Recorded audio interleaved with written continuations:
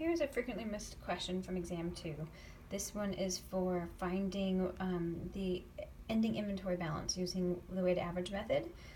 Starts with Glasgow Enterprises. Your question might have different numbers, but this is how you would work this question. First of all, it says Glasgow Enterprises started the period with 80 units in the beginning inventory that cost $1.90 each. And one place where people will fall off track on this problem right away is they won't notice that a beginning statement.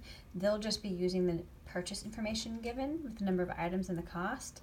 And really, you need to be sure to add that beginning inventory information in right away. So I have added 80 items times $1.90, which would be $152 to acquire that. I added that to the chart immediately so I wouldn't forget. Then it says that during the period, they purchased those other items in 1, 2, and 3, and they sold 265 units for $1.90 each. So when you're doing the weighted average method, I want you to do 3 steps. The first step is going to be to find the totals. I want you to find the total number of units available and the total amount it costs to acquire those units. So when you find the totals, you will go to the number of units that you had in the beginning inventory and add up the items that you purchased.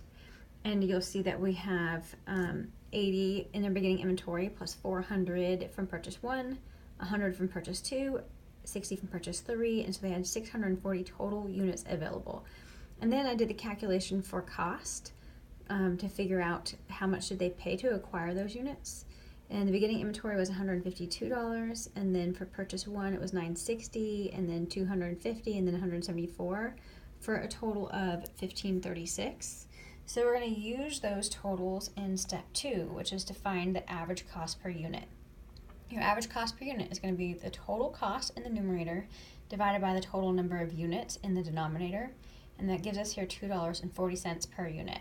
I have that highlighted in pink because it won't always be that pretty, and sometimes you're going to need to round your result according to the instructions in the problem, and this one said round your intermediate calculations to 2 decimal places. We didn't have to round in this case because it was 2.4, but I just want to call your attention to that's where rounding would need to be. Then step 3 is use your average cost per unit to determine either the ending inventory value or the cost of goods sold. This particular question was about ending inventory, but I show you here in step 3 both. So if you were looking for cost of goods sold, you would take the $2.40 cost per unit and you would multiply times the number of units sold, and the paragraph in the question told us that they sold 265 units. So cost of goods sold would be $636. If you're looking for ending inventory, then you have to figure out how many units you have left in the ending inventory. We had 640 available. They sold 265, so there are 375 left in the ending inventory. That's what EI is. So we would take the $2.40 average cost per unit, multiply times the 375 units that's left in ending inventory, and that would give us $900 as the answer for the amount of ending inventory using the weighted average method.